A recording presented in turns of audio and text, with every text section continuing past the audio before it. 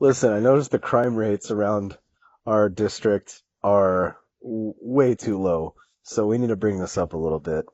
All right, so enough with the petty bullshit, stealing bikes out of people's porches and shoes off their porches and food for less stealing and whatever else, and mostly stealing from each other.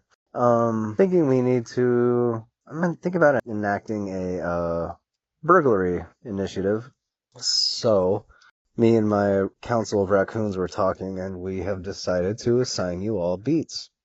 And yeah, and let's see, this next petition is from Lenius. Lenius is very upset that Payaso apparently has several bike parts of Lenius' stolen bike on his own stolen bike, without permission. But everything has been repainted and repainted again, so he can't prove it, so we are just going to divvy up the parts, appraise them accordingly, and split it down the middle 50-50. Let's see, next petition. But the main issue, as your raccoons have pointed out, is that Linus seems to have a Cadillac converter on that bike for some reason, and that is causing the biggest dispute because who does that belong to? Is that just going to be divvied up, or after that on the docket, there seems to be a scuffle about who's been collecting whose copper wire.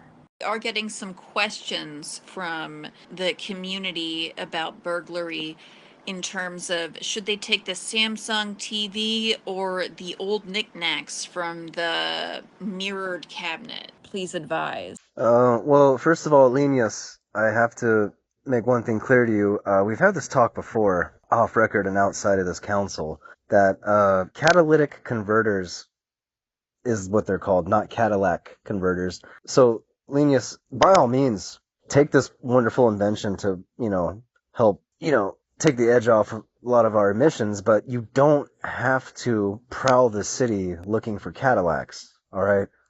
They're actually on every vehicle. In fact, Cadillac is probably one of the harder vehicles to take them off of. I would actually go down to the U-Haul. Yes, the U-Haul, where they have nice Chevy trucks. You don't even have to jack them up. Take that Sawzall you could steal from the local Lowe's right there and go crazy, okay? But yeah, it's not limited to Cadillacs, all right? They're Cadillac converters, no, Linus. That being said, Linus, just for the sake of this exercise, the Cadillac converter you have right there is probably equates in value to the economy size JBL Bluetooth speaker that Mr. Payaso has zip tied to the handlebars of his BMX bike. So I think we can establish equity there. And no, we are not breaking into people's houses. We are burglarizing businesses after hours. After hours.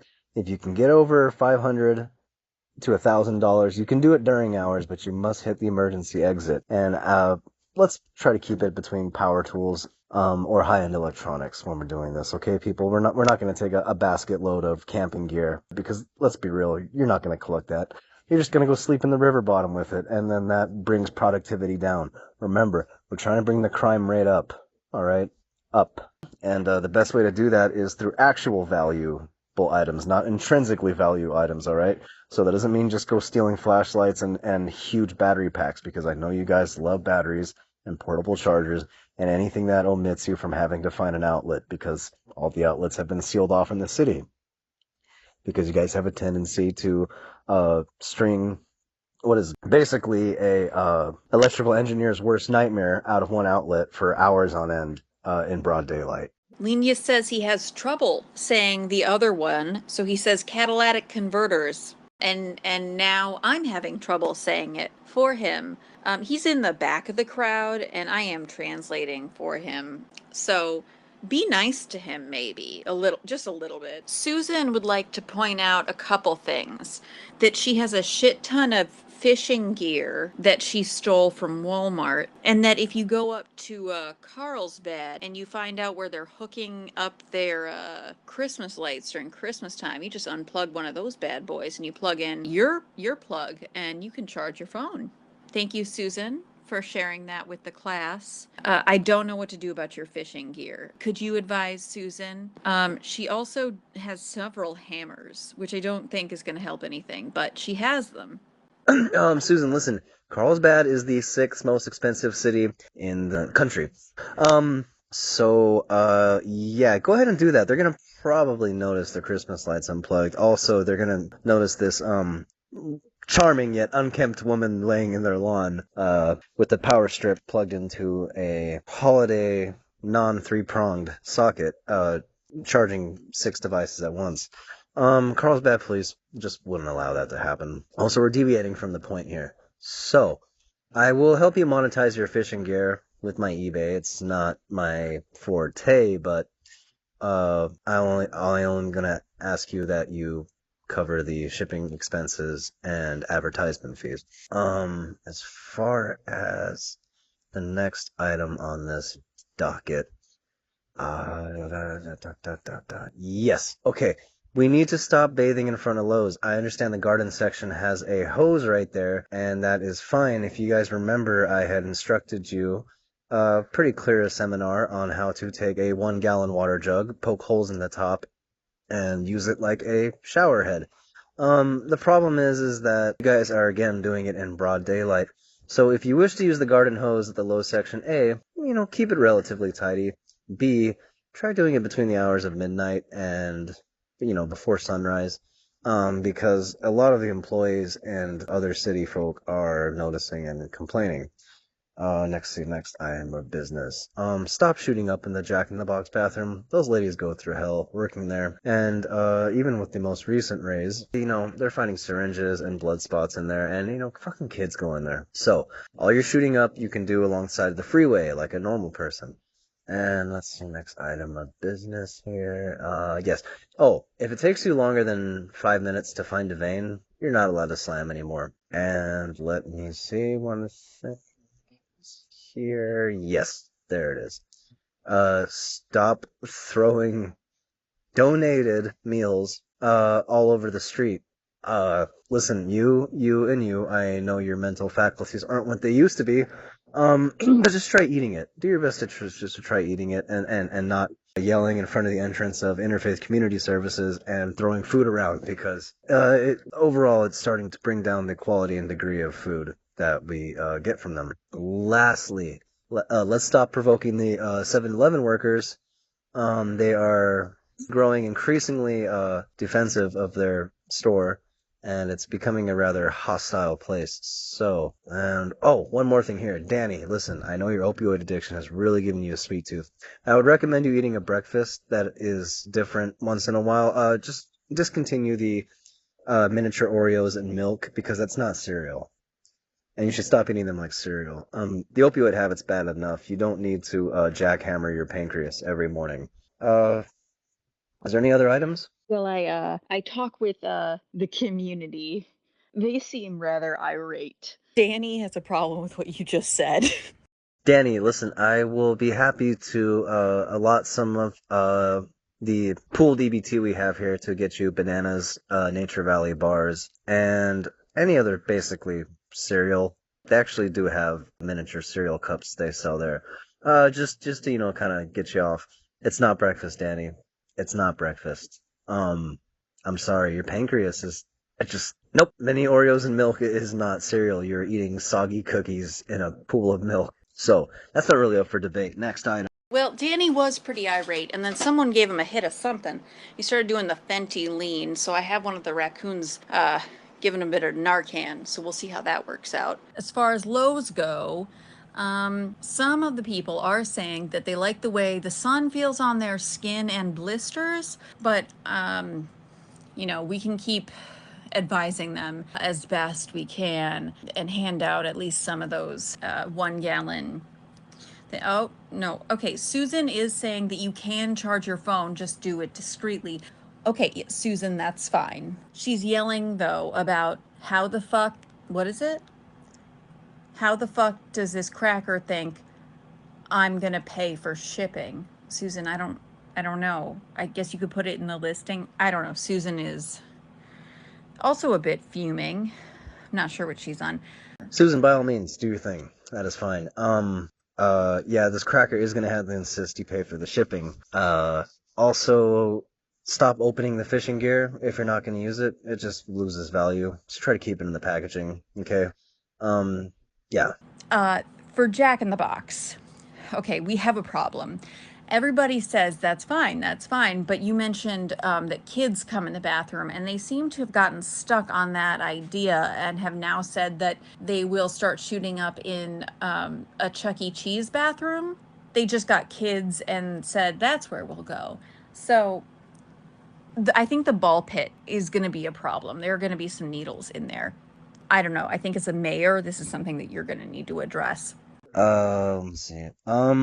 Luckily for us, that Chuck E. Cheese is actually on its way of going out of business. So, yeah. Listen, guys, we avoid kids. We avoid children. In fact, we try to avoid the public eye as best we can. Remember, we're here to steal from these people, to monetize their, peripheral, materials around their existence, not to impede upon their day-to-day life. For example, Ronnie. Yes. Yes, Ronnie. No.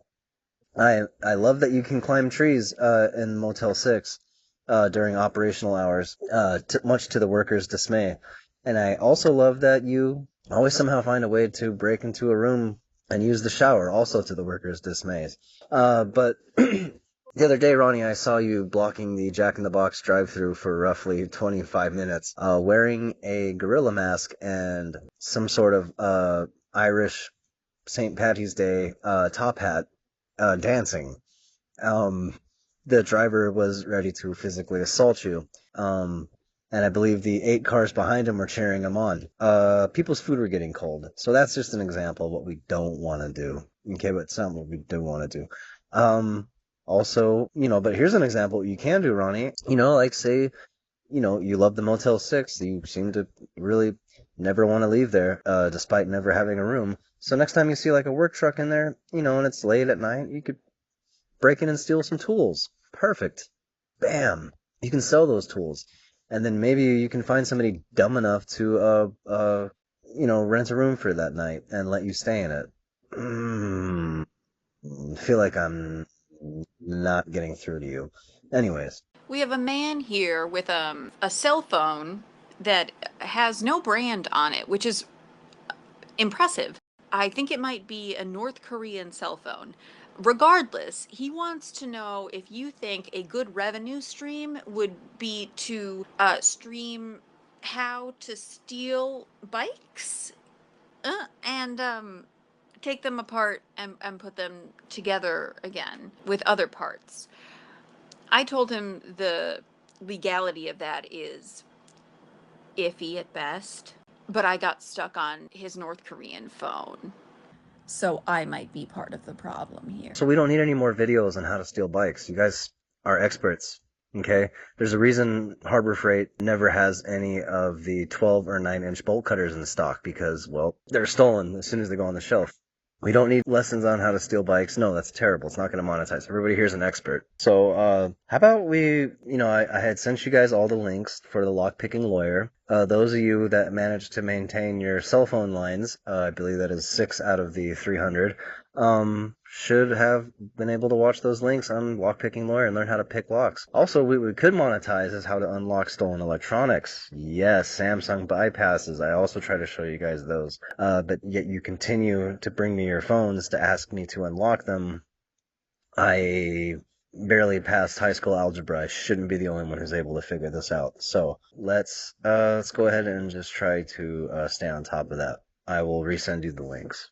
And Susan says, I'm opening the fishing gear because I need to fish, but she's just sitting over a bridge fishing for cars. So I don't know if this is going to sell or not. And I don't know what to tell her because she is violent. And absolutely no one, not one single person out of the 300 understands how to open a phone. Not even me. Maybe one of the raccoons can be of assistance because I am going to keep telling people to go straight to the mayor on this one. You were crowned mayor for a reason. God damn it. Alright, Samsungs, Windows, iMacs, MacBooks. I can't do iPhones or iPads since nobody refuses to fucking learn this. So yeah, go ahead and continue to bring them to me, and I guess Break windows since you can't pick locks. Okay, I will be one of the 3% of burglars who continues to utilize that skill. Also, Jedediah has an iPhone, and as you said, they're not openable. So he's wondering if he should just shatter it on the ground and take the little pieces of it. I don't know where. He says the recycling center, but I'm pretty sure that's not what he means. Jedediah, yeah, okay, well, we've had this talk. There is, oh, good lord. I would say use the phone recycler in front of Walmart, but it's most likely stolen. Jedediah, do you remember how to check if an iPhone is blacklisted? The IMEI checker on Google. Can you take 2 minutes and 30 seconds out of your day and remain organized enough to do this, to ascertain this number? If not, that's fine. Shatter it on the ground and remove all the glass. And actually, you know what would be really fun, Jedediah, is start a small fire in a trash can and throw it in there, and you see what happens when lithium batteries catch on fire. It's a remarkable experience. Or, you could, Jedediah, good God, Jedediah, you gotta stop pissing your pants, my lord. Do whatever you want. Okay, let me see here. It would probably help to mention that Jedediah is a 12-year-old, and he immediately embraced the idea of throwing the phone into a garbage can and setting it on fire, and he loved it. He loved your suggestion. He saw that battery set ablaze, and he wants more. So you've, I mean, you as far as robbery goes, he's on it. You've done something there.